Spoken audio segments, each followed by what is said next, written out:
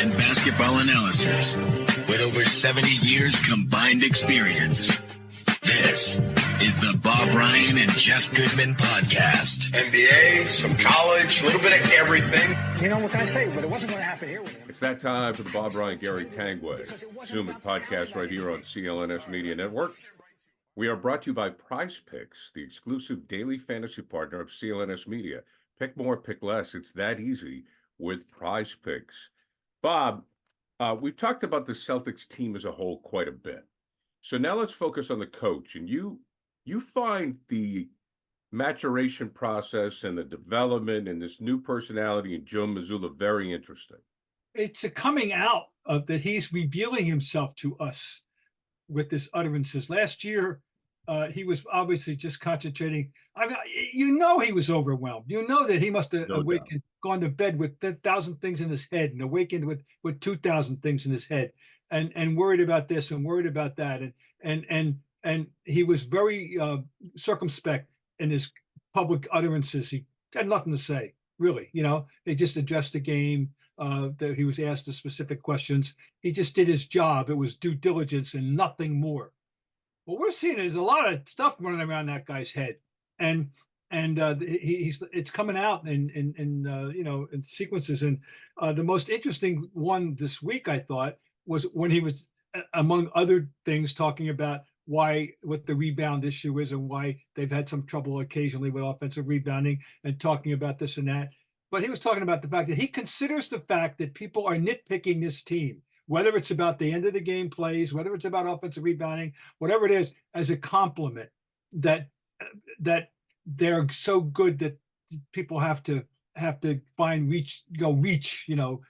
a criticism, and that the people care. He grew up in Providence. He obviously understands the Boston market, but he's just revealing himself that there's it's a very thoughtful and very perceptive 35-year-old man. But last year he was just a blank slate for us.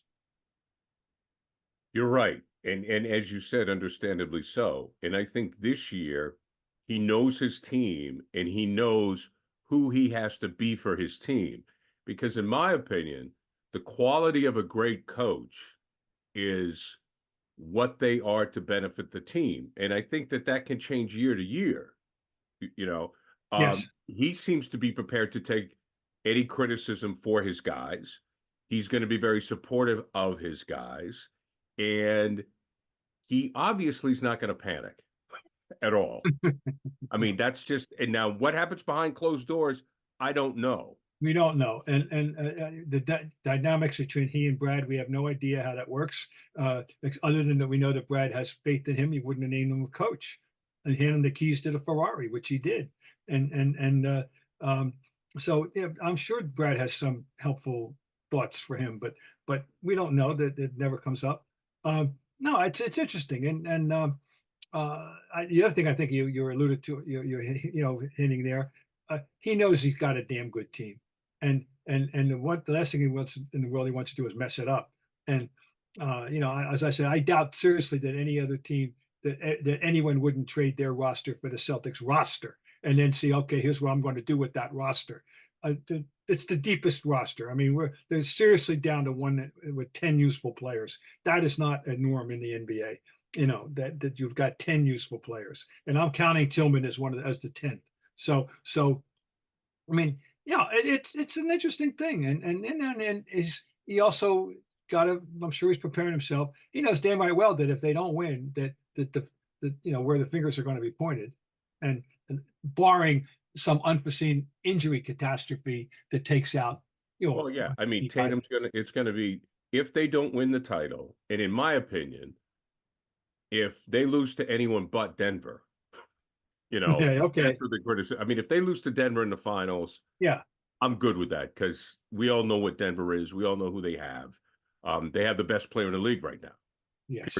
So if they lose to anyone but Denver in the finals, or if they're upset along the way in the playoffs, there's going to be hell to pay. They're going to take some major heat. It's going to start. There will be, and it's going to go to Brown, then it's going to go to the coach. Yeah, right. I think he knows this, but I'm just commenting. I'm just impressed. He's impressing me more and more with that he's when Which he's means gone up Brad there. Stevens has really not made a bad move. No, I mean, no kidding. I mean, the key moves, and one that was good, very good, that doesn't get discussed a lot. I'm not saying no one ever mentions it, is bringing Horford back from Right. Philly, and what a second, you know, breath of fresh air he's been. He's been terrific. He's everything you'd ask of him. He's absolutely giving you everything he's got, and he's being utilized perfectly well. So they don't play him back to back. They nurse him, but he's contributed mightily. Here's as we continue to put Joe Mazzulla and the Celtics under the strongest microscope available. The challenge right now, as we've talked about, and this is a hard thing, man. It's I don't envy him, is the final 2 minutes of the game, where maybe it's not the best to have the ball in Tatum's hands or Brown's hands, and that is very hard for an NBA coach to deal with. Now, if you have Phil Jackson and you're coaching the Bulls, it's obvious, right? It's obvious who's getting the ball. Jordan. If you have the Lakers, when Jackson was there, it was Kobe, or if it was Pat Riley, basically in the 80s, Magic decided who got the ball, right? Yeah. Same thing with Larry. I mean, with Larry, like Larry had the ball in his hands in the final 2 minutes. He was either going to shoot it or he decided where the ball was going. No, sure. Mazzulla, that's the tough one. It is, when I've talked about, should it be Derek White or go to the open man, or instead of that, pound the ball under the floor 9 times and take a shot. Yep, and except there was more than 9. It turns out. I love the fact that the count was made, and one of them, 19. one of our guys had 19. The other one of our guys had 23 poundings before they shot the ball. Yeah, which reminds me of that funny commercial with Bobo, the big guy in Dallas. He bounced it. He bounced it. He bounced again. He bounced. He bounced. He bounced again. I love that commercial. I love him. We all love him. Anyway, it's an interesting thing because when you have a guy that can, in theory, get his own shot, who happens to be 6 feet 10 or 11, and possesses sufficient ball handling ability and moxie to get his own shot, which is, I'm talking about Tatum. It's hard not to want to give him the ball. But we've got other options. You don't have to just do that. You've got, especially those 2 guards, and now you've got a 7-3 option that you could throw the ball to, and who, by the way, you don't mind him getting fouled, and that's fine. So, yeah, it is. It's let me see, interesting to see how this works out. That's where the psychologist of the coach comes in. Really? Yeah. We talk about X's and O's, but I mean, Phil Jackson was probably one of the better psychologists. Yeah. Oh, yeah. Well, Phil, and remember, Phil was elevated as an assistant by Jerry Krause, right? For which he never got enough credit, naturally, in Chicago, and of course, it was trashed in The Last Dance. And if it weren't for Jerry, he absolutely fostered the coaching career of Phil Jackson. Let's talk about him. Jerry Krause gave you the label the commissioner, correct? I don't know who did. I don't think it was Jerry Krause. He had a great nickname, though, given to him by Pat Williams. He was the Sleuth, because when he was a scout for the Bullets and the Bullets and who else before the Bulls, I guess, he was a scout. When I met him 50 years ago, literally, he was a scout, and everybody knew him. This disheveled, dumpy guy, but and he was very secretive, and he talked out of the side of his mouth.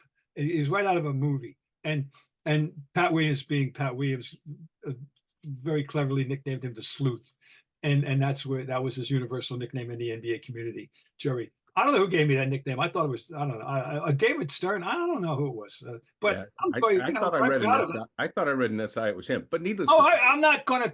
I don't know. I forget. Yeah, I'll accept it. But he was really a character, and like you said, unappreciated, because he let Doug Collins go, correct? Yes. And he went with Phil. That's right. And then there you go. That's right. Oh, and he maneuvered to get Pippen in the draft. He drafted Oakley, who was not particularly well known out of a small school. Eventually got Rodman. Yes, Rodman at Southeast Oklahoma. I mean, I was so we're going to go, because we spent enough time during the time of that movie going over it, but it was just so manifestly unfair what was done to him. And now, was he his own worst enemy in certain PR ways? Yes, I accept that, and he could have helped himself a lot more. But I'm going to defend him always. Well, right now, the sleuth is Brad Stevens, as far as I'm concerned, because this guy has been tremendous. Yeah. And very under the radar and very off camera. And Oh, no, you don't. And remember, the thought with Brad was going to be, oh, he'll do it for a year, then he'll go back to college.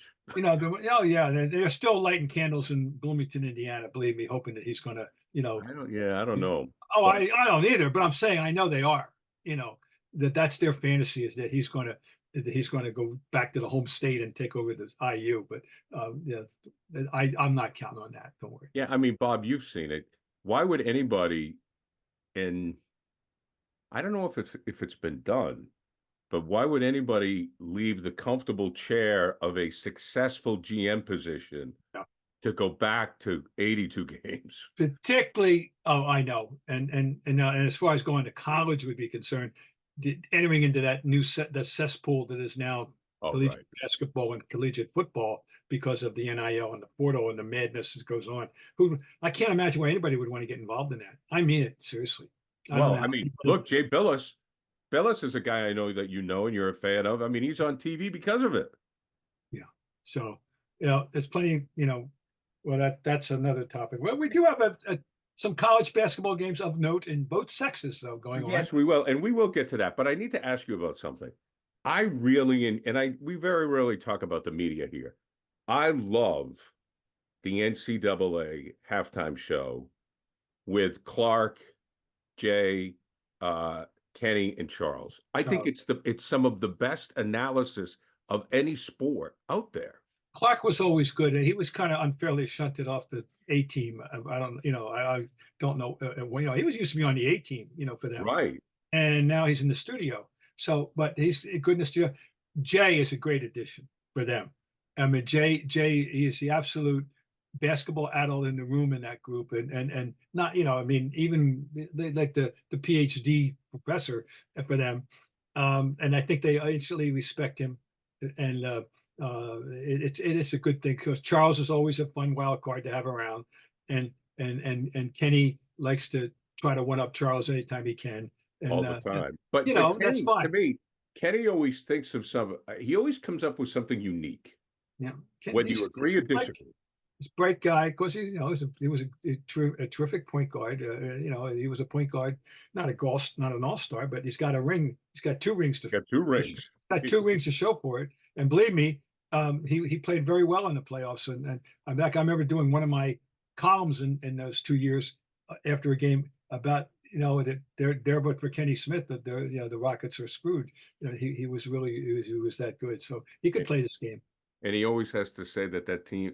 He can't say the name Duke. He says that team in Raleigh. PrizePicks is America's #1 fantasy sports app with more than 3 million members. It is the easiest and most exciting way to get on the action while you watch your favorite sports and players. You just pick more or less on 2 or more player stats and watch the winnings roll in. PrizePicks is so easy to play. I can make my Celtic picks and make my entry in less than 60 seconds. Quick withdrawals and easy gameplay and an enormous selection of players and stat types are what makes PrizePicks the #1 fantasy sports app. Celtics and NBA fans, you can get in on PrizePicks in 30 states across the country, including California, Texas, and Georgia. On PrizePicks this week, I'm selecting Jason Tatum to dish out more than 5 assists and his teammate Jaylen Brown to have more than 22.5 points.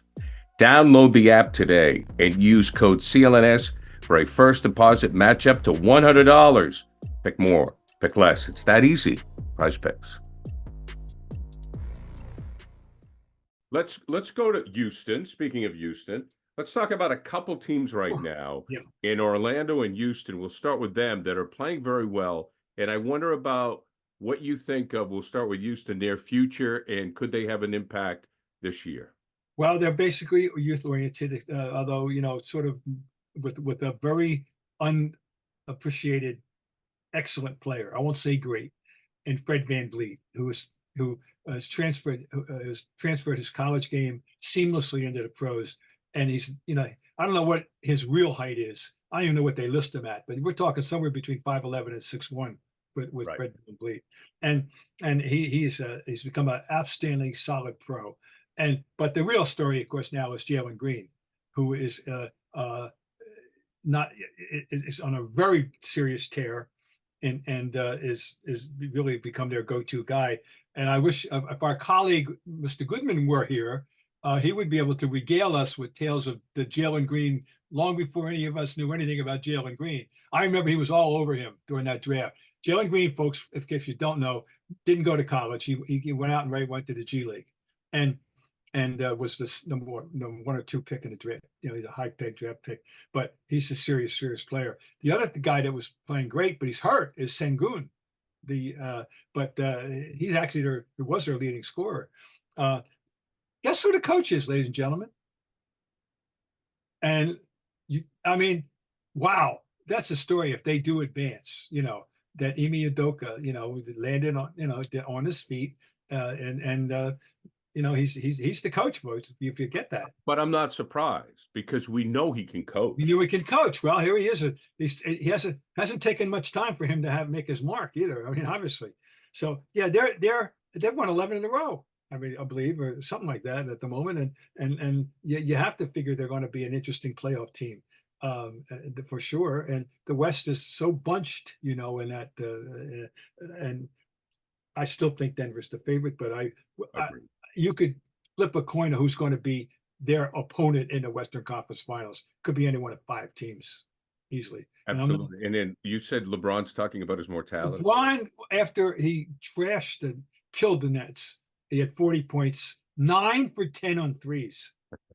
And the most, his personal PR is 9 threes, and he tied it.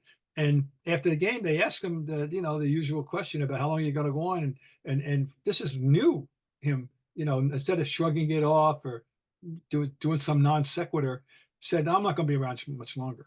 And that's, I don't know if that's the very first time he's ever gone public. I've never heard that. But it's the first time I heard it out.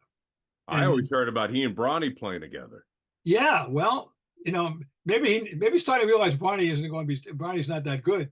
I don't know. Right. But so anyway, he's still you can't be shocked he goes up with 40 points. They're going to be very interesting. I don't know. They could. They could cause some trouble. I want them to make a run. I know as a Celtic fan, it's sacrilege to talk about the Lakers, but I really want them to make a run. I like both players. I like Anthony Davis. I like LeBron.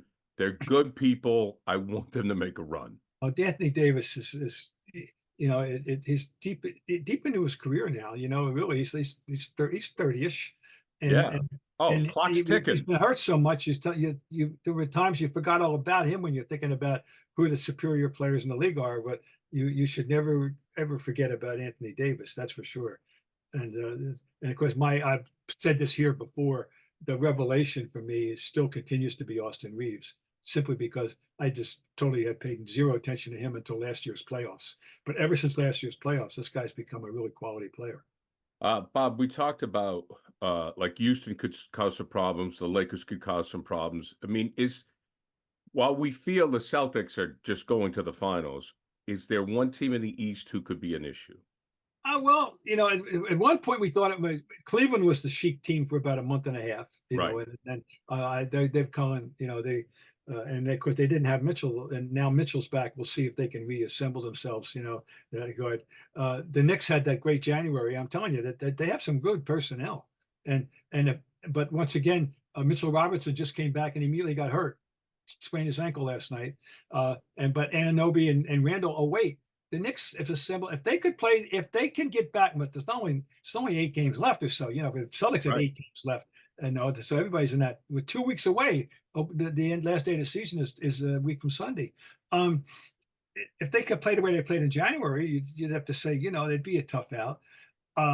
It's still going to be Milwaukee to me. Now once again, Philly, is Embiid going to be back? And if he's back, I'm never going to discount Philly as a chance that they won't be easy to beat either. But right now, I still think it's Milwaukee. Now, the other team that with good young players, a wonderful young front line is Orlando. Oh, man. You know, with Banchero and the Wagner brothers, and we got a whiff of them early on in the year. Remember they beat the Celtics and they got our attention.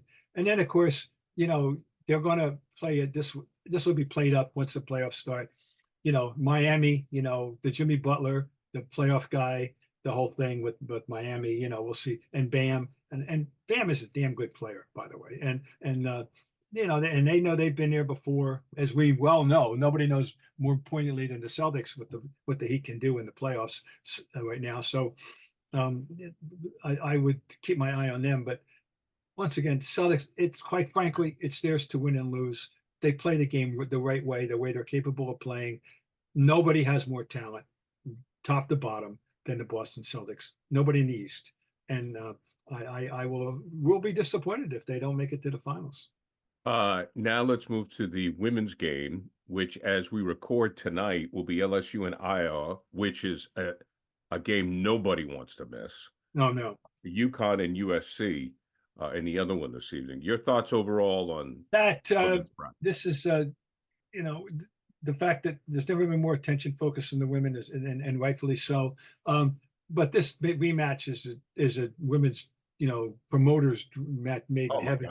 And all the more so now because Kim Mulkey is in the news for the whole, which she stirred up the hornet's nest before it even happened. I don't know how much attention would have been paid to this Washington Post story, which has finally surfaced, if she hadn't have, fired that preemptive strike last week and denouncing it before she even saw it.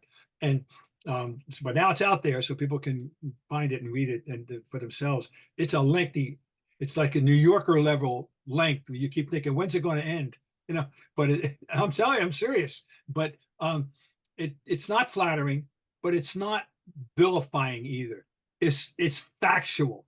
She has said and done all these things, all right? And she has rubbed a lot of people the wrong way, even while she impresses them with her coaching ability, which is unquestioned. She's a great coach. She was a great player. She's one of the pivotal figures in the history of women's college basketball. It's Kim Mulkey. There's no question. But the timing is very interesting. And she's clearly, she thinks, I don't know what she's implying there. The Washington Post was trying to see that they lose. She's saying the timing was very suspicious and all this and that. All right. Anyway, back to the basketball. We've got this little individual inherent rivalry between Angel Reese and Caitlin, with the hand over the eyes thing. And it's going to be a lot. You'd love to be there. I can imagine the tension is going to be in that building, and it's going to be a lot of fun to watch. Now, technically speaking, Iowa is really not playing all that well, and they've survived despite they struggled for a while against Holy Cross, and then the last game, amazingly, they win, and only Caitlin hit a three. No other player hit a three. Now that's not, I don't think that happens again. They're not going to beat LSU. No, they're not going to win. They're not going to win. I'm thinking LSU is going to win this game anyway. But hey, Caitlin could come up with 45. That's a fact. You don't know.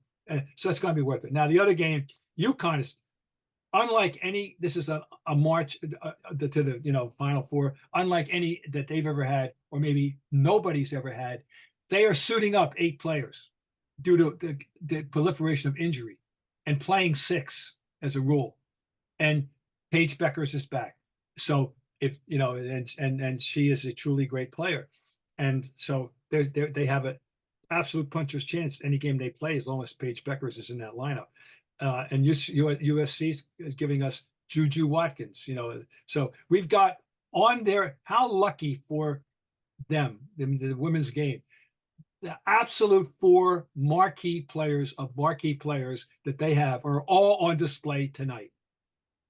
Caitlin Clark, Angel Reese, Paige Beckers, and Juju Watkins are all on display tonight. I mean, they couldn't pay for that kind of oh bonus. No, it's great.